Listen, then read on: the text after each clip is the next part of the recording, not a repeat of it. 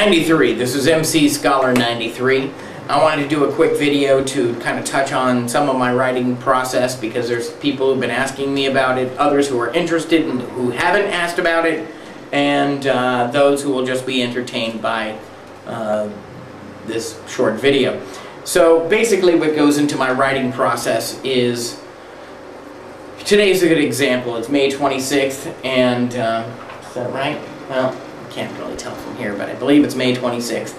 And what happens is, you know, today I was looking through some books, I was reading and doing some studying on the great work, and I was on my path doing cross-referencing between a Bible concordance, Morals and Dogma, the Book of the Law, and a couple other things. So I'm cross-referencing, and then all of a sudden I came up with some thing. Now, while I'm doing all this, I have my iPod in the background playing music, right? And I'm like, hanging out, having coffee. And then all of a sudden, you find out you got things clicking, right? Great work, things clicking, where you've got like one thing that leads to another thing that leads to another thing, and then all of a sudden all those three things click. And you go, whoa, this relates to that, which relates to that, which relates to that.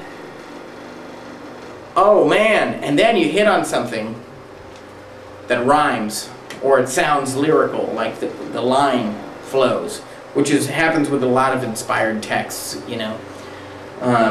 It sounds good. Aleister Crowley is full of poetics and wonderful flowing lines because he studied great poets as well.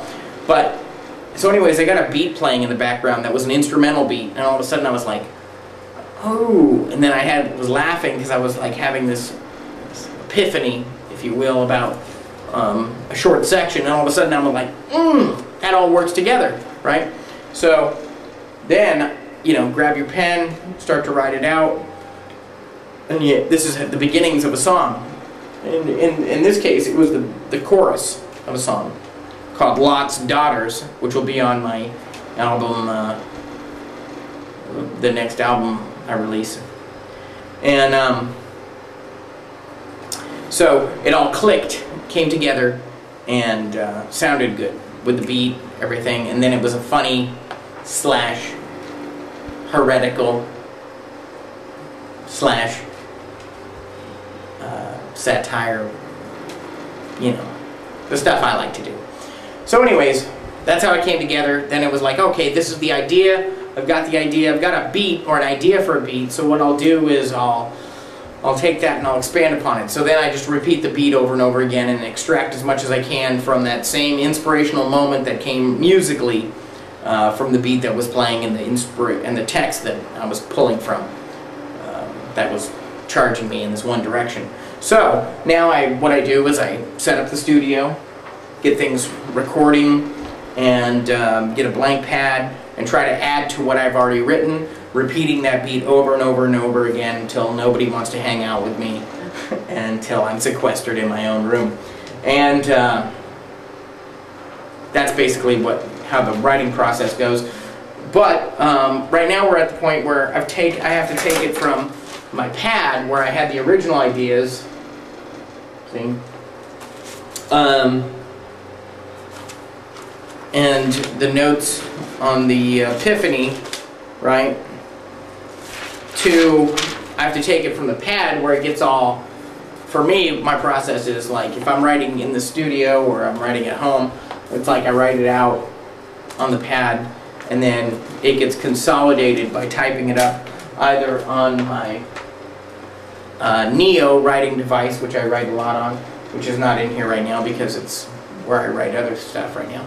And then, or I just type it in and then print it up, which is where we're going to be at right now.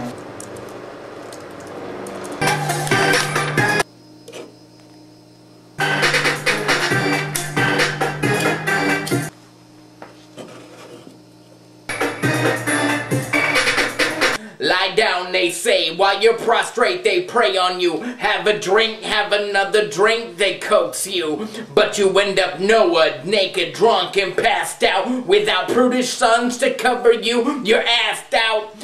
And it's really just a process of like freestyling or improvising. The next line, the next line. Charles Bukowski, who is a big influence on my work, says it's all about writing one great line.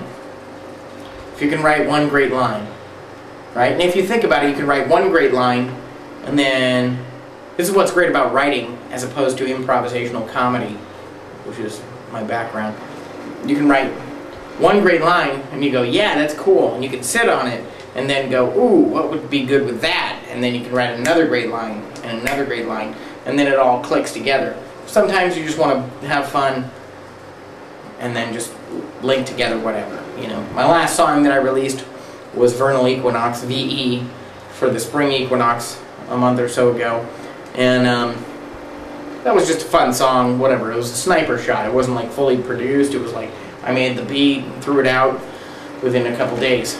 You know, it was like a throwaway fun song for the vernal equinox. So, you know, it's all different. This one's for an album, so I'll like focus on it a little more, spend some time with it, memorize it. I'll write this stuff, get it out. I'll change the beat a week or so later. We'll do all this, you know, I'll like hone it, I'll practice it. These women be plotting, scheming, coming for your semen. While you're sleeping, laying, even dreaming, plotting, scheming, coming for your semen. This idea came from, this whole song idea, I didn't sit and go, you know what would be cool to think about, write about? No.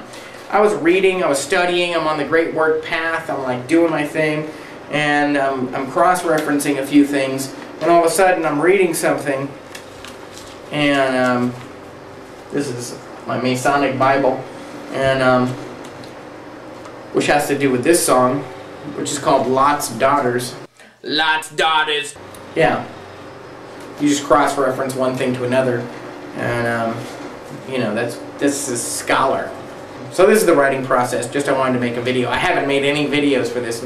The whole point of having the Scholar 93 YouTube was for me to get more personal and show some of this stuff, as opposed to Star 156 Productions YouTube. So, in the studio, avec Scholar, le prof, Scholar the Rapping Occultist, aka MC Scholar 93.